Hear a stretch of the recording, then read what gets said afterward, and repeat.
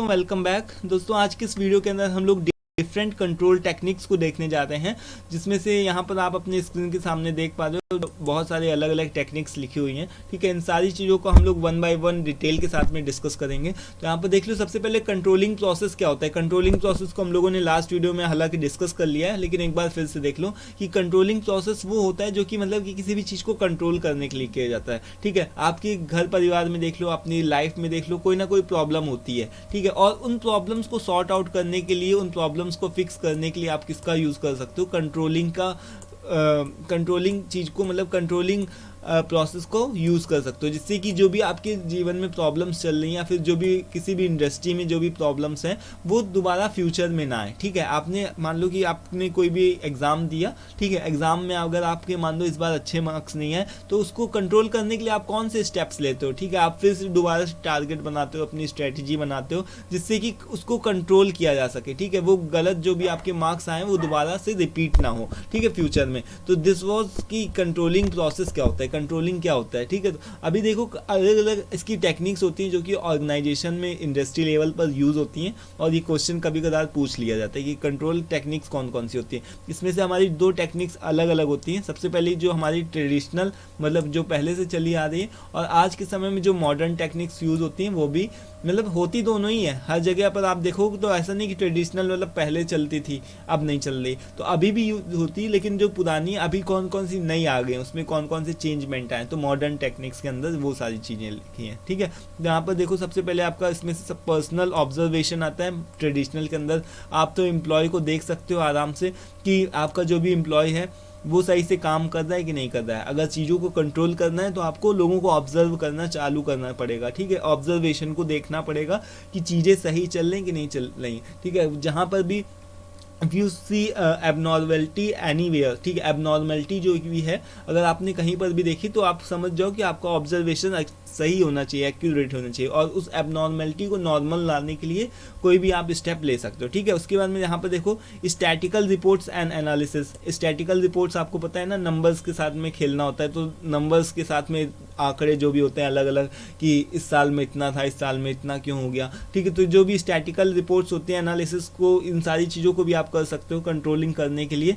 फिर PPC department होता है। पीपीसी डिपार्टमेंट क्या करता है कि प्रोडक्शन प्लानिंग कंट्रोल करता है। लाइक मान लो कि कोई अगर एम्प्लॉय है, कोई एम्प्लॉय मतलब अगर हमने उससे किसी से बोला कि अच्छा तुमको एक काम करना है कि आज सारा दिन के अंदर 10 पॉलिसी 10 जो भी है लाइक जो भी जिसको हम LIC बोलते हैं ना, LIC करके कुछ बोलते हैं। ठीक है, तो एक अंकल जी हैं जो कि LIC करवाते हैं मेरे। तो यहाँ पर क्या है कि LIC क्या कर सकते हैं हम लोग, इसको LIC के लिए ना मान लो उनको टारगेट एक मिला कि तुमको आज सारे दिन के अंदर 10 LIC को 10 पॉलिसीज़ को करवाना है। ठीक है, तो उन्होंने क्या किया, एक दिन के अंदर बहुत वो खुश थे तो उन्होंने मान लो 12 करवा दिया 10 की जगह। ठीक है, तो अब उसकी जगह वो क्या होगा, जो भी उनको पीपीसी डिपार्टमेंट होगा जो भी इस तरीके की चीज़ें कर रहा होगा, तो वो उनको अगली बार से 10 का टारगेट देगा नहीं, अगली बार से उसको टारगेट मिलेगा 12 का। ठीक है, उनको जो भी है टारगेट कितने का मिलेगा, 12 का। ठीक है, जिससे कि वो क्योंकि उनको पता है कि इसकी स्ट्रेंथ तो इतनी है कि वो 12 करवा सकता है अगर एक दिन में, तो वो अगली बार से दूसरे दिन भी 12 ही करवा सकता है। ठीक है, तो उस हिसाब से प्रोडक्शन प्लानिंग कंट्रोल, प्लानिंग करके ही चीज़ों को कंट्रोल करना। ठीक है, उसके बाद में फिर क्या है कि कंट्रोल थ्रू कॉस्टिंग। ठीक है, कॉस्ट के थ्रू भी आप कंट्रोल कर सकते हो कि मान लो आपकी कॉस्ट इस समय कम है, या फिर होली का सीज़न आ रहा है तो इस समय ज़्यादा प्रोडक्शन होना है, तो उस हिसाब से आप प्लान कर सकते हो। तो प्रोडक्शन प्लानिंग कंट्रोल का ये भी एक मतलब होता है, और कॉस्ट से रिलेटेड भी मतलब होता है। फिर यहाँ पर देख लो कि यहाँ पर जो नेक्स्ट लिखा हुआ है प्रॉफिट एंड लॉस। अगर आपका जो भी बिजनेस है वो लॉस में चल रहा है तो उसके हिसाब से आप अलग डिसीजन ले सकते हो। प्रॉफिट में चल रहा है तो उसके लिए कहाँ पर इन्वेस्ट करना है, तो ये सारी चीज़ों को भी कंट्रोल करने की टेक्निक्स को ले सकते हो। Break even analysis. Break even का मतलब क्या होता है, आपको पता है ना कि अगर मान लो कि आपने इस कंपनी के अंदर 1 करोड़ रुपए लगाए, 1 करोड़ रुपए लगाएं, तो आप कितने समय के अंदर 1 करोड़ रुपए अपने जो भी है उन सारी चीज़ों को, ब्रेक इवन का मतलब क्या होता है कि ना प्रॉफिट ना लॉस। 1 करोड़ अगर हमने लगाए तो 1 करोड़ हमको दोबारा से हमको उस कंपनी से ही वहीं से ही मिल जाने चाहिए, तो ना प्रॉफिट हुआ हमारा ना लॉस हुआ। ठीक है, वो एक ऐसा पॉइंट होता है। तो ब्रेक इवन एनालिसिस को भी करना आना चाहिए। एक्सटर्नल एक्सटर्नल ऑडिट कंट्रोल, उसके लिए हम क्या कर सकते हैं, बाहर से लोगों को बुला सकते हैं, ऑडिट करवा सकते हैं कि कौन कौन सी चीज़ें कंट्रोल करी जा सकती हैं, ठीक है। तो बाहर से भी जो लोग आते हैं, अलग अलग कंपनीज से आते हैं, तो वो क्या करते हैं, एक्सटर्नल ऑडिट करते हैं कि ये चीज़ें कंट्रोल करने के लिए आप इन चीज़ों को कंट्रोल कर सकते हो। अभी देखो मॉडर्न टेक्निक्स की बात करें तो उसमें क्या आता है, सबसे पहले return on investment. Return on investment की बात करें तो यहाँ पर ROI इस तरीके से होता है, जिसको आप नेट इनकम, मतलब इन्वेस्टमेंट के ऊपर आप रिटर्न देखते हो, तो आपकी जो भी नेट इनकम होती है, जो भी इन्वेस्टमेंट से मिली होती है, और टोटल इन्वेस्टमेंट आपने कितनी की होती है, उससे उसको डिवाइड करवा के आप ROI निकाल सकते हो, ठीक है। तो ये था। इसके बाद में देखो CPM PERT। CPM PERT क्या होता है, ये एक तरीके से क्या होता है, क्रिटिकल पार्ट मेथड होता है, और PERT क्या होता है, program evaluation and review technique होती है, जो कि नेटवर्किंग टेक्निक का ही एक पार्ट होती है। और इससे क्या कर सकते हो, आप चीज़ों को डिटरमाइन कर सकते हो, लोवेस्ट अमाउंट में फिक्स कर सकते हो, और मतलब आपस में कंपेयर करके कंट्रोल कर सकते हैं चीज़ों को, ठीक है। फिर देखो मैनेजमेंट ऑडिट सिस्टम, इसके लिए आप क्या कर सकते हो, अलग अलग जो भी मैनेजमेंट के सिस्टम होते हैं वो समय समय पर ऑडिट ले सकते हैं कि मेरा काम सही से चल रहा है कि नहीं चल रहा है, इसके लिए ऑडिट करवा सकते हैं। फिर human resource accounting. Human resource accounting भी एक बहुत ही न्यू टेक्निक है, मॉडर्न टेक्निक है, जिससे कि कंट्रोलिंग प्रोसेस को किया जा सकता है। यहाँ पर देख लो मैनेजमेंट जो भी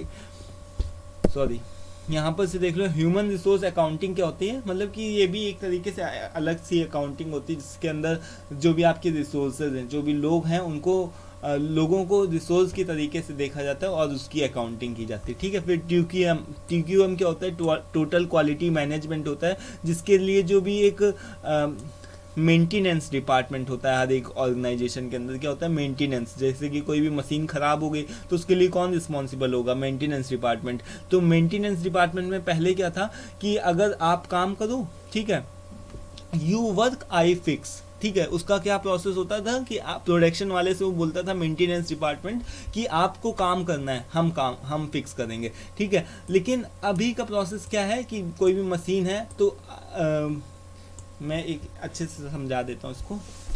TQM जो होता है, यहाँ पर से दिखा देता हूँ कि ये जो TQM देख रहे हो, ये भी एक कंट्रोलिंग प्रोसेस की एक टेक्निक होती है, जिसको मेंटेनेंस डिपार्टमेंट संभालता है। मेंटेनेंस डिपार्टमेंट का काम क्या होता है, वो क्या करता है कि अगर कोई भी मशीन ख़राब हो गई, ठीक है, अगर कोई भी आपकी मशीन है वो ख़राब हो जाती है, तो मेंटेनेंस डिपार्टमेंट वाला आता है और वो आपकी मशीन को क्या करता है, सही करता है। तो पहले के समय में क्या फंडा होता था, वो प्रोडक्शन डिपार्टमेंट से ऐसा बोला जाता था कि प्रोडक्शन डिपार्टमेंट केवल इसलिए जिम्मेदार है कि वो अपना काम पूरी प्रोडक्टिविटी के साथ करेगा। वो तो भैया बहुत सारे पार्ट्स अगर उसको बनाने तो वो अपना प्रोडक्शन ही निकालेगा, ठीक है। और मेंटेनेंस वाला क्या करेगा कि वो अगर मशीन ख़राब हो जाती है तो उस समय को सही करने के लिए आ जाएगा।